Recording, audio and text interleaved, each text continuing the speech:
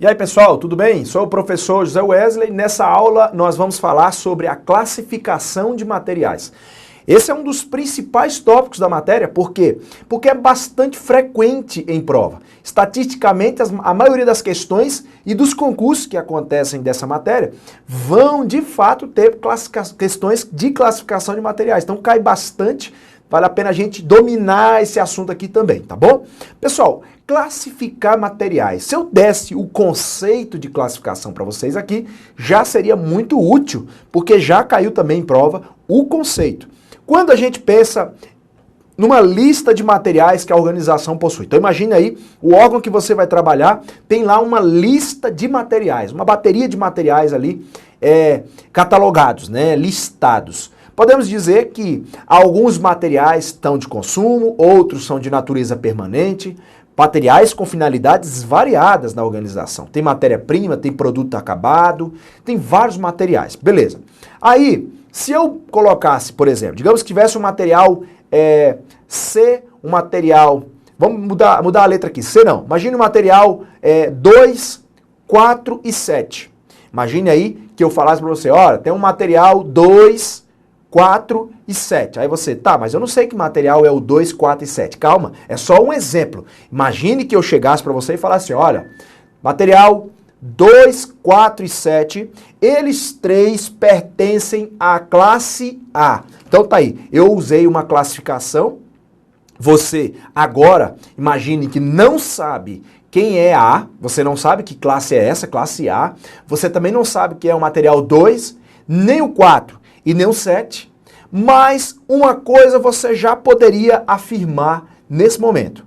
Você poderia dizer que se eu estou te falando que o material 2, o 4 e o 7, eles três estão na classe A, mesmo sem saber o que é classe A, você tem condições de afirmar para mim que esses três materiais, 2, 4 e 7, têm alguma característica em comum. Tem algumas características comuns. Por quê? Ué, porque eu peguei os três e coloquei na mesma classe. Subentende-se que eles têm alguma coisa em comum. É exatamente isso que eu queria que você imaginasse. Quem não entendeu completamente nada do que eu falei até agora, não tem problema não. Qual é o conceito da administração de materiais? Beleza, matamos. Agora eu só estou querendo te dizer que a classificação de materiais nada mais é do que você juntar, agrupar materiais de acordo com características semelhantes. Então, você está aqui falando agora comigo sobre classificar materiais, classificação de materiais. E eu estou te dizendo que nada mais é do que você agrupar materiais de acordo com características semelhantes. Ponto final. Então, esse é o conceito? Sim, o conceito de classificação é esse, é juntar, agrupar materiais com base em algum critério de homogeneidade. Resumindo, alguma coisa esses materiais têm em comum para eu colocá-los numa mesma classe. Agora, classificação, nós temos várias, uma lista gigante de classificações. Existem classificações de materiais que vai utilizar o valor de consumo dele como instrumento para alocação. Por exemplo, classificação ABC, que é uma das classificações mais importantes que nós temos da matéria, ela vai dividir os materiais em classe A, classe B e classe C, onde em cada classe dessa os materiais têm uma característica em relação ao valor de consumo deles, a importância em termos de valor que eles têm para a organização e, por outro lado, a quantidade deles que eu tenho na organização. Então, é importante que cada classificação diz respeito a um mérito. Por exemplo, você tem lá uma classificação material inservível. Beleza? É uma outra classificação. O que é material inservível? Aí nós temos que lembrar que o inservível é aquele que não serve para a organização. Beleza, mas dentro da classificação de inservível tem outra lista de subclassificações. Aí tem materiais ociosos, recuperáveis e irrecuperáveis. Aí você tem uma classificação XYZ, que ela vai analisar o grau de criticidade de um material. Se ele é um material que a falta geraria grandes impactos para a organização, Se ele é um material que não tem substituto, aí eu colocaria numa classe. Se é um material de fácil substituição, material que não é importante para a organização, eu colocaria em outra classe.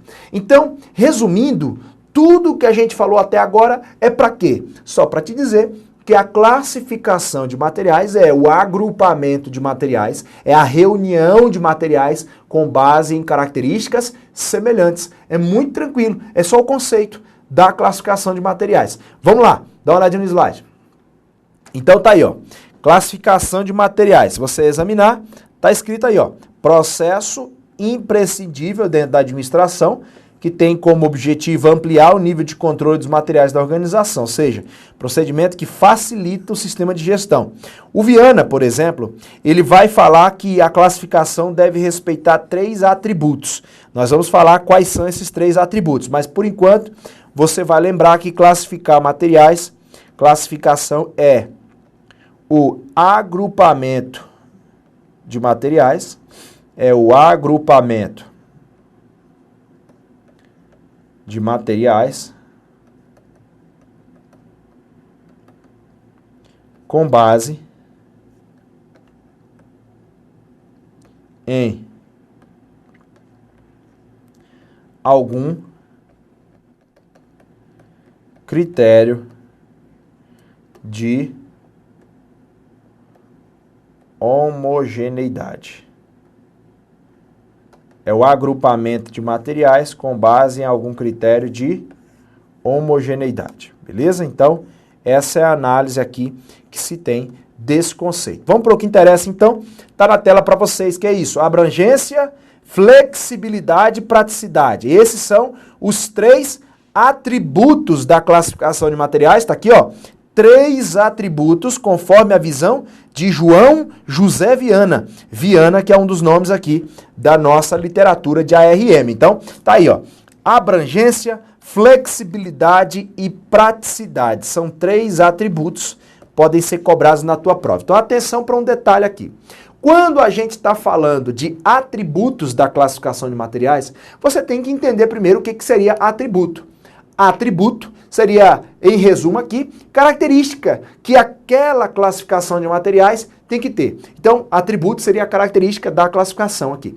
Atributos, abrangência, flexibilidade e praticidade. Vamos traduzir, mas já adianto que o próprio nome do atributo é sugestivo, ele vai te ajudar porque ele tem um significado. Então, quando eu falo atributo, abrangência. Ora, esse nome abrangência, ele vai te ajudar a entender o que seria o atributo.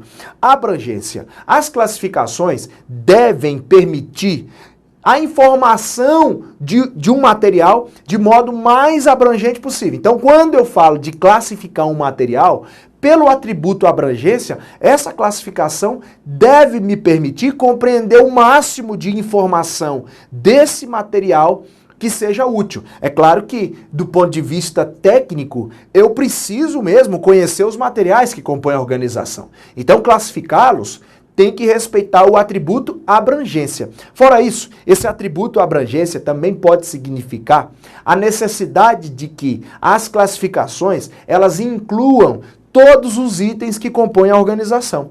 Então, classificá-los quanto à abrangência, vamos lembrar assim, classificar tem que respeitar o atributo abrangência, tanto para que eu possa dar o máximo de informações úteis sobre o material, como também para que eu possa englobar nas minhas classificações todos os itens que compõem a organização. Olha lá no slide, vamos lá. A classificação deve ser abrangente,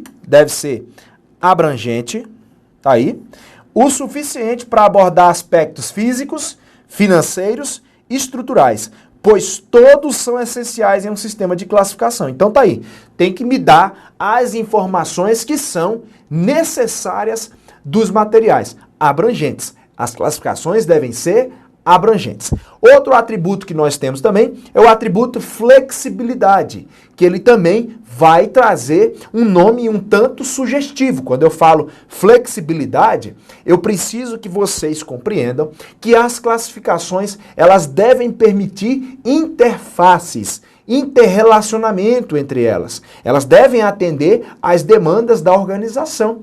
Elas não podem ser engessadas, pelo contrário, elas devem ser flexíveis. Vamos lá, dá uma olhada. Olha lá, flexibilidade. Um sistema de classificação deve ser flexível. Para quê? Para que possa ser melhorado e adaptado sempre que conveniente. Um sistema de classificação flexível possibilita realizar uma inter-relação entre diversos tipos de classificação. Na tua prova, isso aqui pode vir com o nome permitir interfaces. Permitir interfaces. Beleza, pessoal?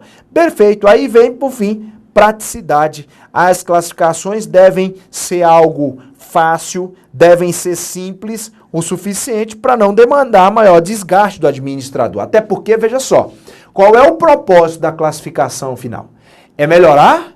É facilitar? Ou é dificultar o trabalho do administrador? É lógico que é facilitar. Então, não teria sentido não ter uma classificação que fosse de uso prático, de uso fácil. Então, as classificações devem ter o respeito a 3 atributos: abrangência, flexibilidade e praticidade, beleza? Os 3 atributos, segundo a teoria do Viana. Tem mais para nós, dá uma olhadinha lá no slide. Além do que eu já falei, a classificação ela tem objetivos.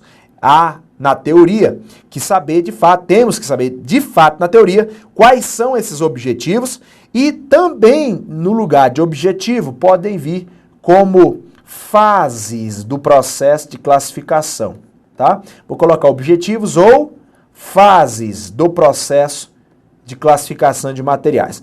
Primeiro passo, primeiro propósito, objetivo da classificação de materiais é a gente catalogar os materiais da organização. A catalogação, ela é pode-se dizer, uma listagem dos materiais da organização.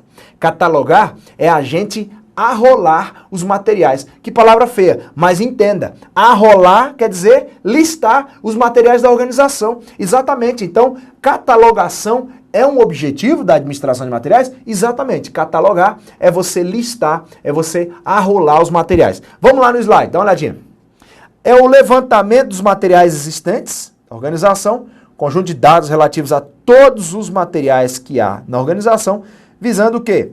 Otimizar a consulta por qualquer departamento da empresa. Então, você chega lá numa farmácia, você encontra lá um catálogo dos medicamentos. Você chega numa padaria, você tem um catálogo dos materiais, dos produtos, dos alimentos daquela padaria, e assim sucessivamente. Você vai no Ministério Público, você vai num tribunal, você vai num tribunal de contas, você vai num órgão do executivo, no ministério, você vai em qualquer lugar, numa prefeitura, você tem, pelo menos teoricamente, um catálogo de materiais daquela organização. Beleza? Vamos lá, voltando no slide. Próximo objetivo. Depois da catalogação, a gente tem esse aqui, pessoal, simplificação.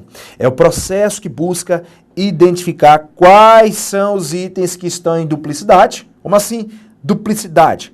Quais itens que existem com a mesma finalidade, que alcançam os mesmos resultados. Aí, para que eu vou, então, identificar os itens que alcançam os mesmos resultados? Para que eu possa lançar apenas um deles no catálogo. Eu estou querendo, como o nome já diz, né, pessoal, simplificar. Olha, na organização, no meu catálogo, na minha listagem, materiais, eu tenho vários materiais. Uma lista gigantesca no meu catálogo, né? E eu posso identificar que nessa listagem de materiais, existem materiais ali que estão gerando duplicidade. Materiais que atingem um resultado semelhante, que estão ali com a finalidade única. Então, consequentemente, eu posso no catálogo lançar apenas um. Simplificar. Agora entenda uma coisa, muita gente confunde simplificação com o que a gente lá na gestão patrimonial estuda e nós chamamos de baixa patrimonial. A baixa patrimonial é a retirada do item da organização. Você não está tirando do catálogo na baixa. Na baixa patrimonial, além de tirar do catálogo, você está se desfazendo do item. É o desfazimento, retira do controle de patrimônio. Isso chama-se baixa patrimonial. Aqui, eu não estou falando de baixa patrimonial. Aqui eu estou falando de simplificação. É retirar do catálogo, do catálogo, não é tirar da organização. Não confundir simplificar com baixa patrimonial. Volta lá no slide, por favor, olha só. Terceiro, então, objetivo da classificação: identificar, detalhar, especificar o material. Então, detalha o item, especifica de modo bem detalhado cada item, deixando bem claro qual é o perfil individual dele, qual a característica própria dele, adequando ali a linguagem do mercado. Depois nós temos a normalização, que é estabelecimento de normas. Aí vem a ABNT, Associação Brasileira de Normas Técnicas. Depois de normalizar, de estabelecer normas para manuseio, normas de segurança e etc., a gente tem a chamada padronização, também é objetivo aqui, padronizar. Padronizar o emprego e o uso do material, facilitando o controle e também o diálogo com o mercado, beleza? Então, padronizar o emprego, o uso do material, facilitando o controle dele e também o diálogo com o mercado. Por fim, a gente vai codificar o material. Então, essa sequência é importante? A gente vai, primeiro momento, arrolar os materiais, que a gente chamou aqui de quê? Catalogação. Depois, simplificação. Depois, especificação. Depois, normalizar e depois padronizar. Como é que eu vou fechar esse negócio? Com a nossa codificação. Codificar pode ser interpretado como o estabelecer código. Código pode ser numérico, que é por meio de número, decimal também ele é chamado, pode ser por letras, que aí eu chamo de alfabético, e pode ser número e letra, aí eu chamaria de alfanumérico. Nesse caso, a gente vai perceber o seguinte: o alfabético, ele está caindo em desuso. O alfabeto está caindo em desuso, hein? Já o que a gente pode dizer de argumento para isso? Olha, nós podemos dizer que ele está caindo em desuso, o alfabético, por causa da dificuldade para memorização. Bom, isso é o que está na teoria. Eu sei que tem gente aí que tem facilidade para memorizar número, tem gente que tem facilidade para memorizar letra, tem gente que tem facilidade para memorizar nada.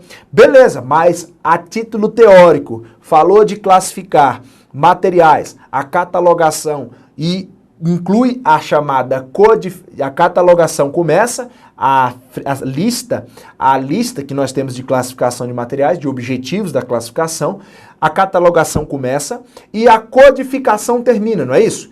Aí na hora de codificar, a gente vai estabelecer um código, podendo ser numérico, alfabético e alfanumérico. E eu estou te dizendo que o alfabético está caindo em desuso. A teoria fala, porque é de difícil memorização. Qual é o mais utilizado então? Se o alfabético está caindo em desuso, o mais utilizado é o numérico, chamado também de decimal. Vamos lá, mostrar como é que ele é. Um exemplo é esse que está na tela para vocês aí, ó. Destacam-se aqui o padrão chamado de padrão universal, né? Que ele é chamado de classificação decimal universal. Ele é considerado muito simples, se divide aqui em 10 dígitos, você pode observar.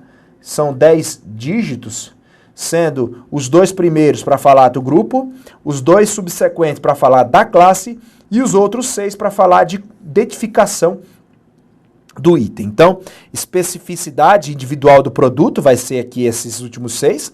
A classe vai distinguir o material de um mesmo grupo e o grupo vai ser o gênero mais abrangente. Então, ele distingue de modo macro. Exemplo que eu coloquei aqui para vocês. Eu posso dizer o grupo material elétrico. Aí dentro do grupo material elétrico, eu tenho a classe, por exemplo, fios elétricos. E nesse caso, eu posso detalhar, identificar que tipo de fio é esse, tudo bem? Então, decimal é a mesma coisa que codificação numérica, tá? Mesma coisa que numérica, tá?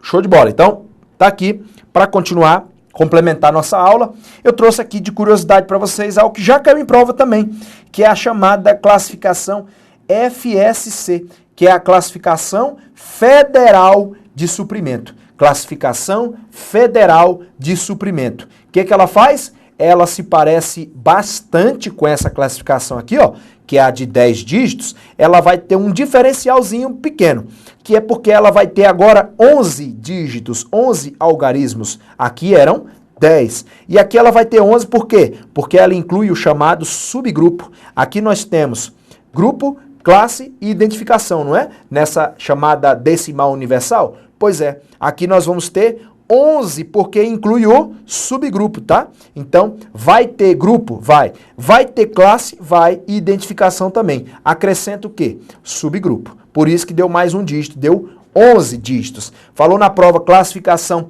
Federal de Suprimento, normalmente utiliza essa sigla, tá, pessoal? FSC, você já sabe. É a que tem 11 algarismos e divide grupo, subgrupo, classe e número de identificação. Pra gente fechar essa aula, temos aqui a chamada classificação da Câmara Sindical de Siderurgia Francesa. É a chamada CSSF, Câmara Federal de Siderurgia Francesa. Ela cai em prova? Cai também. Se fosse para falar o que não cai, eu não ia nem vir aqui. Então, é um sistema francês, eu acredito que pelo nome já dá para você saber, é da Câmara Sindical de Siderurgia Francesa. E eu acrescento um detalhe importante aqui.